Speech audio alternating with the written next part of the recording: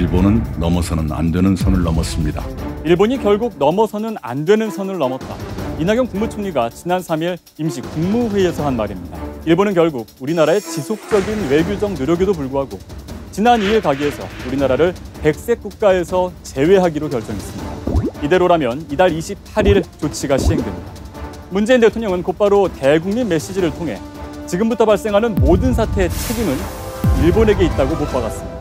상황을 악화시켜온 책임이 일본 정부에 있는 것이 명확해진 이상 앞으로 벌어질 사태의 책임도 전적으로 일본 정부에 있다는 점을 분명히 경고합니다. 이를 저지른 이가 책임지는 것 인지상정이죠.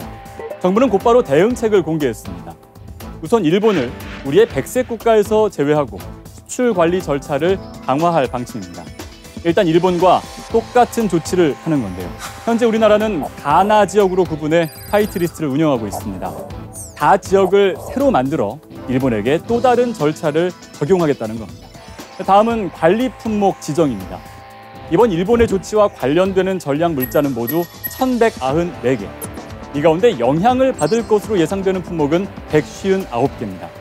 정부는 이 159개 모두를 관리 품목으로 지정할 계획인데 지정되면 어떻게 달라질까요?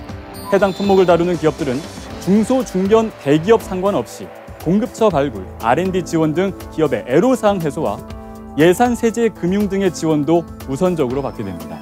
일단 피해를 최소화하겠다는 거죠. 다음으로 관광과 식품, 폐기물 안전 조치 강화입니다. 이와 관련해 홍남기 경제부총리는 구체적인 세부 내용에 대해 더 세밀하게 검토해서 발표하겠다고 말했습니다. 그리고 WTO 규범에 전면 위배되는 이번 일본의 조치, 정부는 이에 대한 부당성을 국제사회에 알리는 데 더 속도를 내겠다고 말했습니다. WTO 제소 준비에 박차를 가하고 국제기구와 주요 국가, 신용평가사 등과 더 활발히 소통해 적극적으로 전개하겠다는 겁니다. 이와 함께 우리 경제에 꼭 필요한 소재, 부품, 장비 산업의 경쟁력 강화를 위한 여러 방안도 당연히 추진됩니다. 성윤모 산업부 장관은 이 과정에서 WTO 보조금 규정에 위배되지 않도록 그 범위 내에서 지원해 나가겠다고 말합니다. 가마우지 경제 들어보셨죠? 가마우지라는 새를 이용한 낚시 방법에 빗댄 경제 용어인데요. 가마우지의 목 아랫부분을 끈으로 묶어 이 새가 잡은 물고기를 삼키지 못하게 해서 가로채는 낚시법입니다.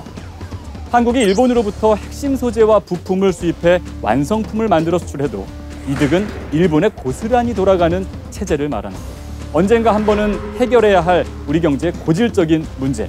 이번 일을 계기로 어렵지만 한번 깨보자는 이야기 여기저기서 들리고 있습니다. 이 외에도 한일 군사정보보호협정 쥐소미아의 재고, 독도방어 훈련 실시 등 여러 대응책을 검토 중인 것으로 알려졌습니다.